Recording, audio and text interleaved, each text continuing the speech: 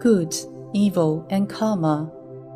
Human beings have two natural instincts, food and sex. They arise as our inherent nature has been contaminated whilst dwelling in the human realm. Hence, the saying, the most basic instincts of human beings are the desires for food and sex. So how can we be unaffected by these desires? The answer is that they can only be overcome by resorting to meditation concentration. As the Buddhist saying goes, to be free of desire in the midst of desire is like lotus flowers blossoming in fire. In other words, it is extremely difficult to stay away from desire when you are in desire, much like the lotus forming in the fire of a Buddhist lamp. Indeed, this is also the reason why many practitioners fail in their adherence to the 5 precepts. For lay practitioners, achieving this requires much more effort and energy in comparison to that of monastics.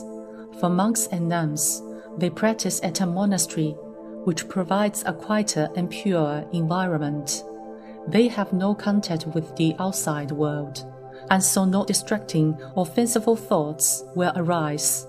On the other hand, lay practitioners are susceptible to external influences due to their necessary contact with the outside world, which breeds all kinds of thoughts. Therefore, it is very difficult for a lay practitioner to cultivate themselves, and they must exercise restraint in everything. I often say this: if you want to remain unwavering, you must observe precepts. In addition, whilst observing the precepts, you should also adopt compassionate tolerance.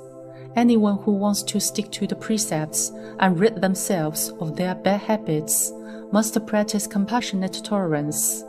For example, if you can sympathize with and feel pity for someone that you dislike immensely, you will have displayed compassionate tolerance, as your hatred goes away the moment your compassion arises. Opinions are like nails. The more you hammer them, the deeper they tunnel in. If I express an opinion that goes against someone else, I may remain nonchalantly indifferent, as it wasn't my intention to hurt that people's feelings. However, the other party may have taken this opinion to heart. Therefore, do not form opinions that are aimed at anyone. People often say, always share your opinion and speak your mind, but this is not going to work, because we are not divine beings, we are only human. The opinions we share will surely serve as a cause of hatred in others. It's a grievous mistake for a Buddhist practitioner to overtly differentiate between good and evil, as it will give rise to bitter hatred. A person may say, I have a strong sense of justice. I treat all evil as my enemy. But this only shows that they harbor hatred in their heart. Hence, as Buddhists, we shall not draw a distinct line between good and evil, as everything in the human realm is but an illusion. Everything is created from karmic cause and effect. If you are treated unfairly by others, it's because you treated others unfairly in previous lives.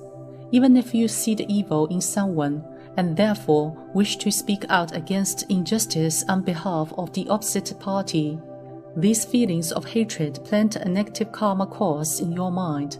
As a result, the propensity for hatred in your mind increases. You should understand that all of this is due to the karmic causes sowed in your past lives, which can only be changed through cultivation in this lifetime. After all, good and evil in the human realm is a continuation of predestined karma.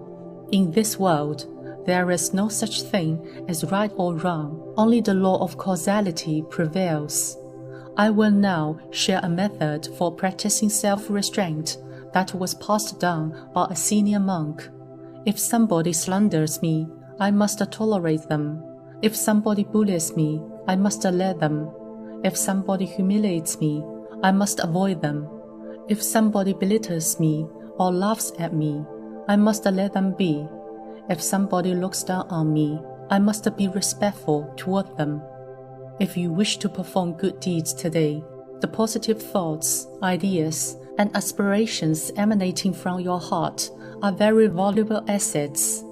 That is because when positive thoughts emanate from the mind, a seed of kindness will be sowed in your eighth consciousness.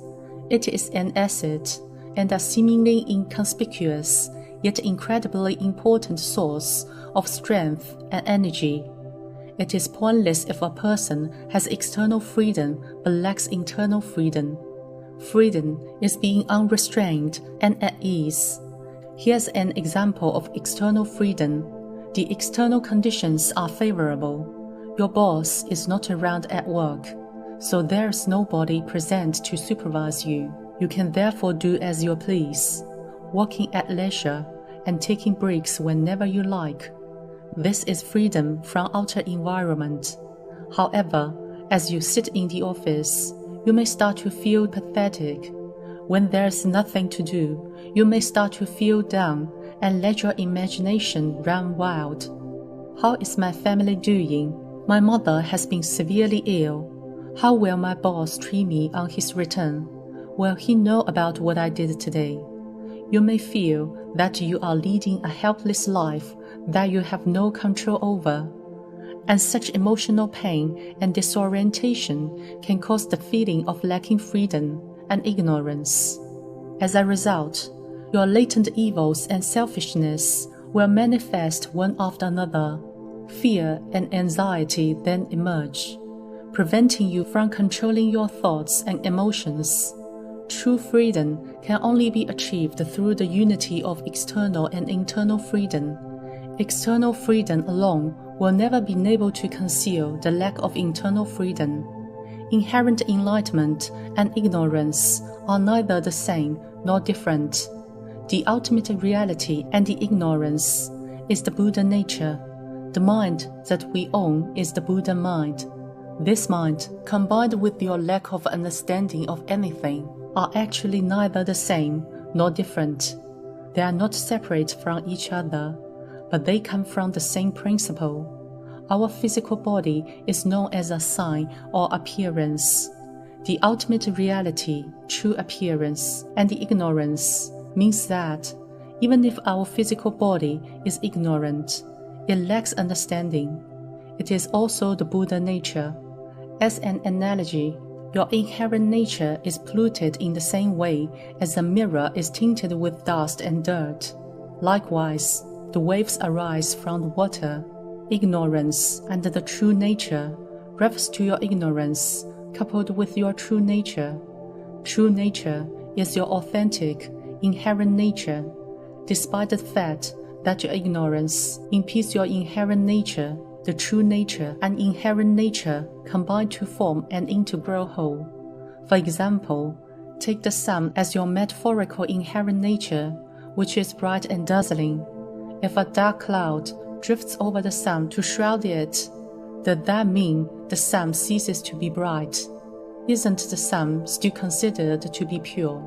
The dark clouds represent temporary defilements, like the bad habits and mannerism you acquired in the human realm. Once the dark clouds drift away, just as the sky clears after rain, the sunlight is splendid again. Then your inherent and kind-hearted nature emerges.